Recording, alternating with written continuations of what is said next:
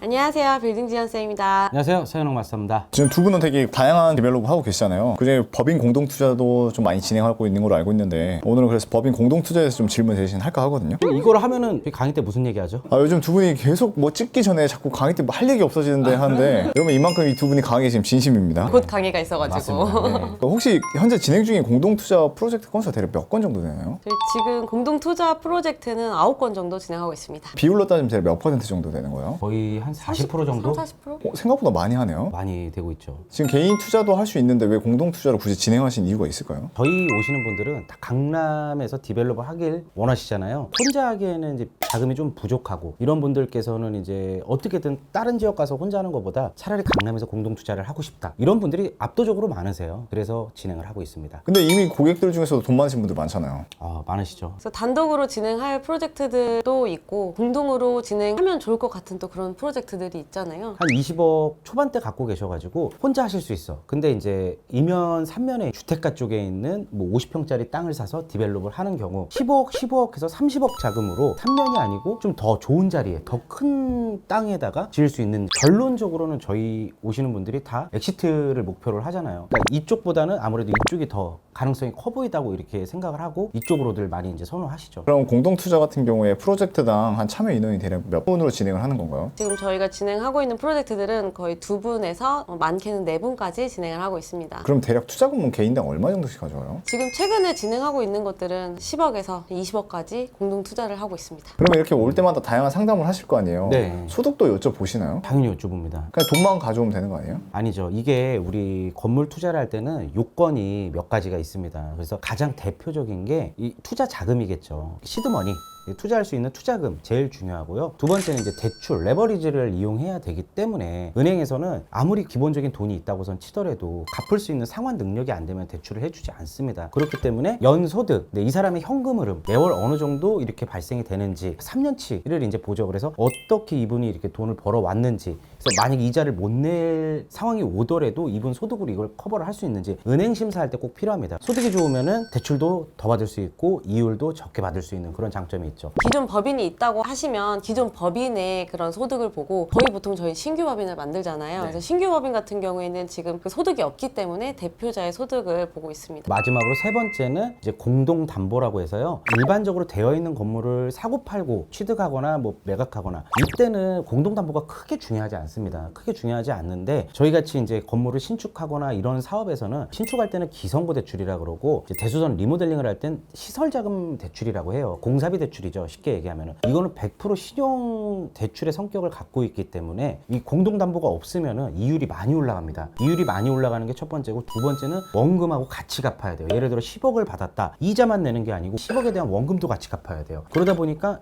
월 나가는 액수가 많잖아요. 그러다 보면은 이제 이 디벨롭 사업을 할 수가 없는 거죠. 그런 걸 방지하기 위해 세 번째 이제 공동담보까지 이제 이 세 가지 요건을 중요하게 봅니다. 근데 대표님들 궁금한 게 아까 법인 같은 경우에 공동투자라면 뭐 2명이서 또는 3명이서 들어가잖아요. 그럼 각각의 소득 수준을 다 따져보는 건가요, 은행에서? 법인이 하나의 법인인데? 그렇죠. 법인의 대표자분들 소득을 보거나 혹은 최대 주주의 소득을 봅니다. 저희가 하는 공동투자 같은 경우는 세 분이 하신다 그러면은 세 분이 정확하게 다 대표자로, 공동대표자로 들어오게 돼 있습니다. 그래서 도장도 하나만 나오는 게 아니고 뭐 땡땡 법인의 별, 땡땡 법인의 달, 땡땡 법인의 동그라미, 도장이 3개가 있어요. 3개가 동시에 다 찍혀야 돼요. 그렇게 하기 때문에 세 분 중에서 가장 소득 높으신 분들을 보죠. 공동 대표라고 합니다. 소득이 되게 중요한 거였군요. 그러면 결국 이렇게 다양한 공동투자를 대기하시는 분들이 있을 거 아니에요? 서로 맞는 분들을 찾아주셔야 될 텐데 이 투자자 매칭 기준이 있나요? 있어요. 제가 은근히 느낌이라는 걸 좀 잘 보거든요. 단상까지는 아닌데 뭐 예를 들어 물건도 이분한테 추천해드리면 좋겠다, 이분하고 어울릴 것 같다, 제가 상담을 해보면서 얼추 이분의 성향이나 성격이나 뭐 이런 것들이 다 나오거든요. 맞을 것 같은 분들만 이렇게 매칭을 하고 있습니다. 저희 그래서 딱 좋은 물건이 나왔다. 사실 한 달에 이게 2개, 3개 나오기 어렵잖아요. 딱 나오면은 이제 저희가 지금 기존의 고객님들 리스트를 딱 펼쳐놓고 이제 회의를 하죠. 어느 분을 매칭하면 좋을까. 뭐 밴드나 오픈 카톡방이나 뭐 이런 데 물건 나왔습니다 하실 분 이렇게 하는 게 아니군요. 네. 싸움나요? 네, 저희 회사 불납니다, 이게 건물에. 네. 그럼 이렇게 해서 매칭이 되면 그 다음 프로세스는 어떻게 진행되는 거예요? 일단 물건 먼저 확정이 됐기 때문에 이제 오셔가지고 보고 괜찮다 그러면 합심해서 이제 공동 법인을 설립하게 됩니다. 개인 법인이 없으신 분들은 개인 법인 먼저 설립하고 공동 SPC 법인을 이제 설립을 하게 되죠.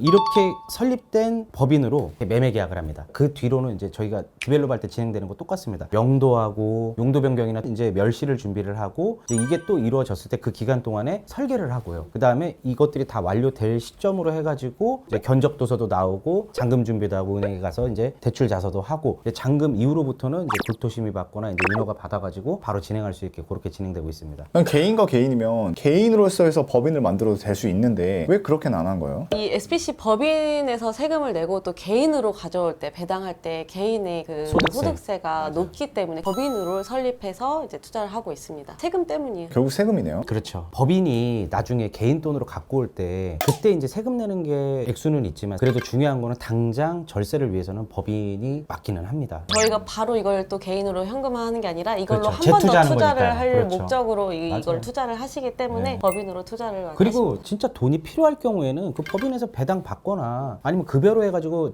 정식적으로 세금 내고 받으면 되는 거예요. 그전에는 개인 돈으로 세금을 다 내고 갖고 와서 내 통장에 있다고 한들 쓸 데가 없잖아. 그런 차이라고 보시면 됩니다. 그걸 활용해서 이제 투자를 하시는 그렇죠. 거죠. 맞아요. 대표님 그러면 이제 비율 같은 관련해서도 좀 궁금한 게요. 법인 비율이 만약 2명이서 하면 무조건 5대 5대 5만 5. 가시죠. 네. 5대 5로만 맞아요. 합니다. 왜냐면 7대 3 뭐 이렇게도 할 수 있잖아요. 그렇게는 왜 안 하시는 거예요? 저희도 그렇게는 생각해 봤는데요. 사실 이렇게 7, 3 이렇게 비율이 좀 다르다 보면은 내가 좀 더 많이 는 것 같고 나 때문에 잘 되는 것 같고 약간 이런 느낌이 있을 수 있을 것 같아요. 진짜 그런 생각이 들어요? 아니, 그렇지 그게 않을까요? 사람이기 때문에. 그런 게 없지 않아 있더라고요. 사람인지라. 그리고 이게 한순간에 뭐 딱 해가지고 끝난 게 아니고 진짜 한 1년 반 2년을 같이 해야 되잖아요. 근데 하다 보면은 진짜 뭐 좋을 때도 있지만 이게 늘어질 때도 있고 그러면 이제 꼭 항상 그 일들이 생기거든요. 그때 이제 그럴 수가 있기는 해요. 그래서 딱 정확하게 반반, 공동담보도 반반. 동일한 조건. 결국 그 댓글에 보니까 투자하는 게 가족끼리도 싸움 날 수 있다라고 해서 맞아요. 이거 리스크 막 물어보시는 분들이 정말 많았던데 이 법인 설립 전에 뭐 공동 투자자끼리 뭔가 계약서나 이런 것도 작성하고 동업계약서 네, 당연히 잘 작성하죠. 작성합니다. 가장 중요하게 보는 포인트가 뭐냐면은 저희가 목표 금액이 예를 들어 100억이 됐을 때 이거를 매각하기로 한다. 그리고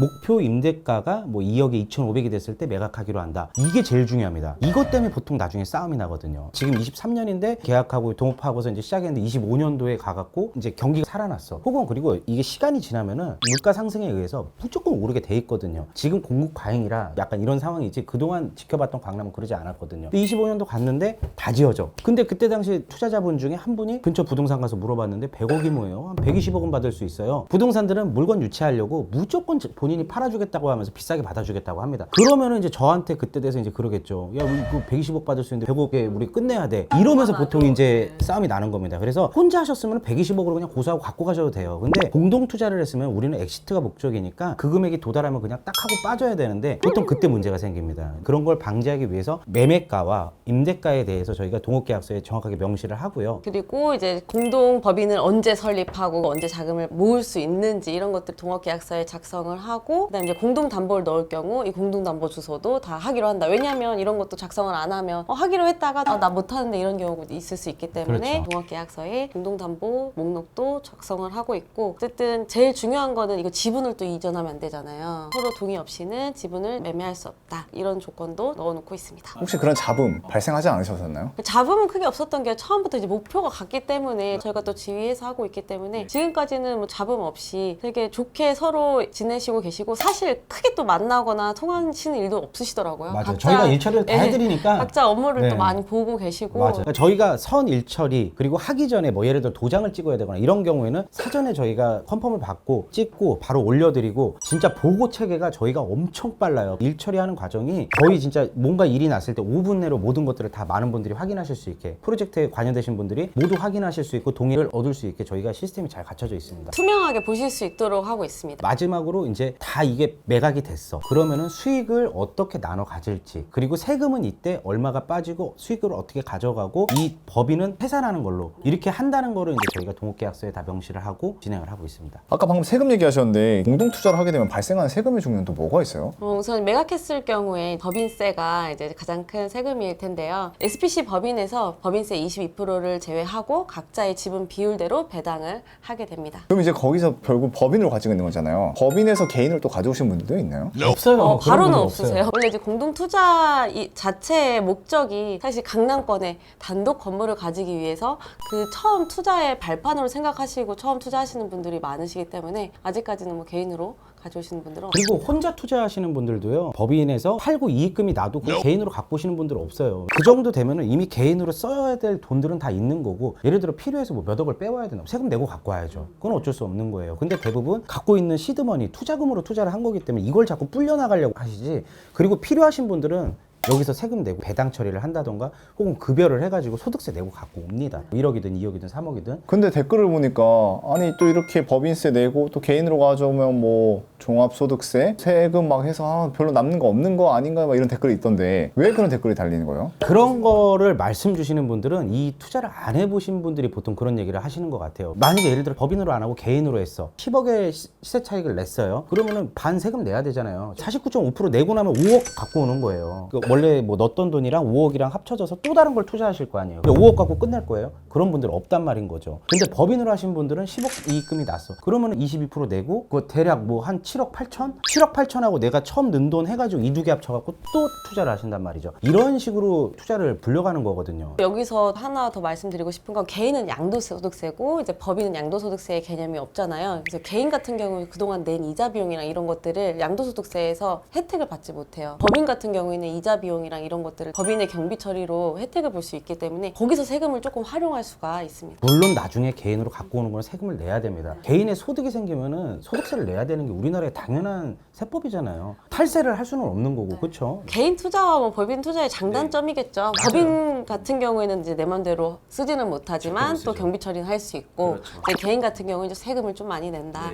이렇게 좀 생각하시면 됩니다. 아니, 돈 필요하시면은 정확하게 세금 내고 갖고 오시면 돼요. 불법은 안 됩니다. 탈세도 안 되고요. 자, 그러면 이제 이렇게 전반적으로 알아보았잖아요. 근데 여기서 이제 결국 투자법인이 사라지잖아요. 이 사라지는 것도 간단한가요? 왜냐면 법인 청산하는 거 되게 까다롭다 이런 말들이 많던데. 우선 여기도 이제 공부를 해야 되고 청산할 때 거기에 대해서 또 이제 자본금 정리를 하기는 해야 됩니다. 그래서 여기서 또 세금이 조금 발생은 하긴 해요. 저희가 얼추 계산해 보니까 그때 자본금 저희가 3, 4억 정도 잡았던 법인을 해산하는데 한 3천만 원 정도 나오더라고요. 근데 그거는 이제 투자금 들어갔던 분들이 예를 들어 두 분이면은 반반 부담을 하고 세 분이면은 지분만큼 부담을 하고서 청산을 하는 게 맞는 거죠. 이것도 궁금하실 것 같아요. 보통 자본금이 어느 정도 지금 3억 얘기하셔서 네. 저희가 지금 진행하고 있는 프로젝트들은 거의 한 자본금 2억에서 5억 안쪽으로 하고 있습니다. 그 좀 대출 액수가 적은 거는 자본금이 적고요. 대출 액수가 높은 거는 자본금이 좀 높고 그런 상황입니다. 이제 그 외의 자금은 이제 주주 차입금. 혹시 이 공동투자 참여하시려면 대략 최소 얼마 정도는 가져오세요? 요즘 트렌드로? 요즘 트렌드로 진짜 다양하세요. 근데 제가 아까 그 어떤 분들이 있냐고 여쭤보셨을 때 제가 말씀을 못 드린 부분이 있어요. 은퇴하고 오시는 분들이 계시거든요. 혹은 은퇴를 얼마 안 남긴 상태에서 오시는 분들이 계세요. 그런 분들이 오셔가지고 자기가 그동안 일하면서 평생 동안 이렇게 돈을 모아왔는데 뭐 예를 들어 20억 갖고 오시는 분도 계시고 뭐 15억 갖고 계시는 분도 계시고 10억 갖고 오시는 분들도 계시고 다양하거든요. 그런 분들을 저는 정말 꼭 해드리고 싶어요. 근데 그분들의 단점이 뭐냐면 이제 은퇴를 했다 보니까 소득이 없습니다. 소득이 없다 보니까 이거를 저희가 풀어내는 데 있어가지고 사실 조금 힘들어요. 힘든데 이런 분들한테는 임대료가 나오는 걸 양도양수를 이렇게 해드리거나 아니면 소득이 없는 상태이기 때문에 단독적으로 디벨롭 하기가 사실 어려우니까 공동투자를 하러 많이 오시는데 저희 부모님 생각해서라도 꼭 해드리고 싶습니다. 예전에는 이제 공동담보가 없으면은 이제 공투가 좀 어려웠었잖아요. 지금 요새 방법이 생겼어요. 공동담보 없이도 저희가 디벨롭 할 수 있는 최근에 저희가 방법을 찾아냈습니다. 이 방법은 이게 유튜브에서 차마 제가 지금 얘기할 수 없고 왜냐면 저희가 강의 때 지금 이거 얘기해야 되거든요. 강의 오신 분들한테 제가 처음으로 얘기를 해드리고 싶은데 아무튼 신박한 방법이 생겼습니다. 불법적인 거 아니고 편법적인 것도 아닙니다. 그래서 은행 우리 저기 센터장님하고 같이 와, 이 방법 찾고 나서 실제로 지금 한 2번 정도 이 방법을 썼는데 공담 없이